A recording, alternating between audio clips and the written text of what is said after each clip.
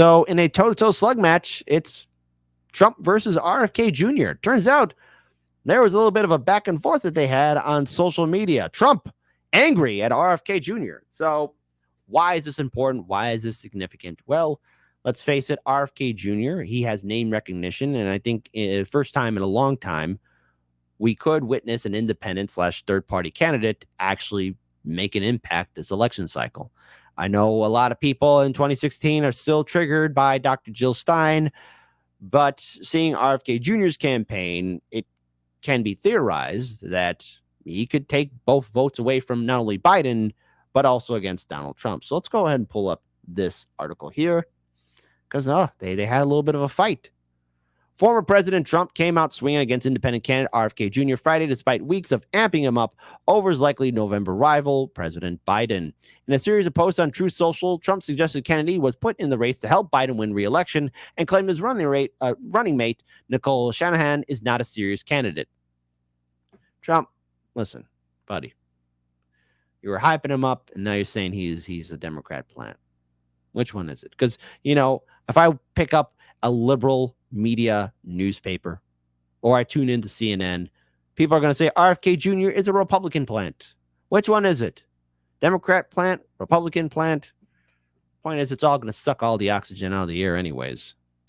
RFK Jr. is a Democrat plant, a radical left liberal. Ugh, really?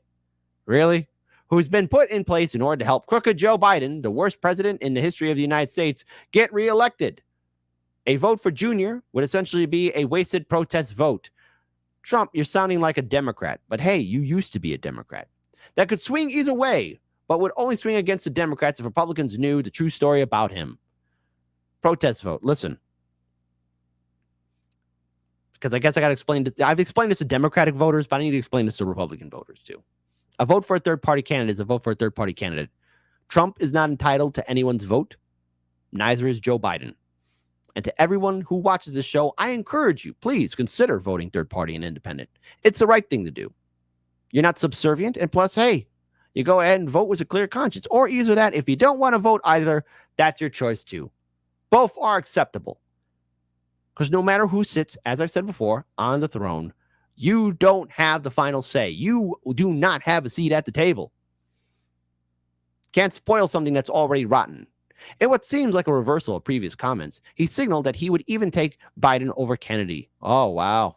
Last month, the former president touted the Long Shots Canada's campaign as great for MAGA, referring to Make America Great Again. RFK Jr. is the most radical left candidate in the race. Really, he is, by far. He's a big fan of the Green New Scam and other economic killing disasters, Trump wrote at the time. I guess this would mean he is going to be taking votes from crooked Joe Biden, which would be a great service to America. It's great for MAGA, but the communists will make it very hard for him to get on the ballot, he added in March. His remarks come after a recent NBC News poll showed Kennedy's campaign could actually harm Trump's chances at returning to the White House. Whoever wrote this article, it's not changes, harm Trump's chances, right? Hey, here, I got the thesaurus for you if you need it. I love this book. I've used this a lot. Had this since high school. Always trust your trusty thesaurus. Trump held a 2-point lead over Biden in the head-to-head poll released Sunday, but with third-party candidates added in, the incumbent took the lead. Who is it? Who has the final say? So what can we take away from this? Well, it's all a song and dance. It's all a show by Trump, Biden, by blaming each other, saying that third parties are going to take votes away from them. Third parties and independents have a right to be on the ballot. People have a right to vote for something else. And if you ask many, many, many, many Americans across the political spectrum, across this great country of ours, not a lot of people are really excited to seeing the repeat of two old men, Joe Biden versus Donald Trump. No one was excited for it in 2020, and no one is excited for it in 2024, except the diehard sociopaths who want to use bully tactics and, just mean tweets and comments just to make people feel guilty. Listen, if you're a conservative and you don't want to vote for Trump, fine. Vote independent. Vote third party. Do that. Or either that, choose to stay home. If you're a Democrat and you're just tired of the liberal lies, hey, wake up. break away, vote third party, independent, or if you want, just stay home. 50% of this country identifies itself as independent. No one is excited about this election cycle. Look at how lackluster the Democratic primary was. And now look at corporate media realizing that not only the Democrats don't have their big following, but in comparison to 2016 and 2020, this election cycle is very dull. But who knows? Maybe the DNC convention here in Chicago between August 19th to the 22nd will actually, maybe be somewhat exciting. Here's hoping it's not a snore fest like 1996. But nonetheless, you have Trump here now, repeating the same attacks that Democrats do towards third parties.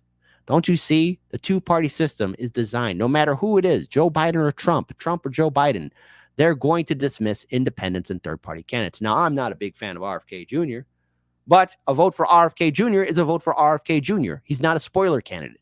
You can't spoil something that's rotten.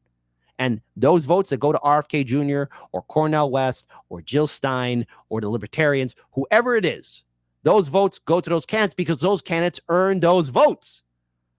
And as I've covered on this show since 2017 up until now, I've interviewed my fair share of third-party candidates, not only here in my state of Illinois, but across the country. And they tell me the same thing. Both Democrats and Republicans working together to prevent them from being on the ballot, prevent them from being on the debate stage, prevent voters being aware that there's another choice besides dumb Democrats and wacky Republicans. Break away from the system. You'll feel better. Trust me on it. You will.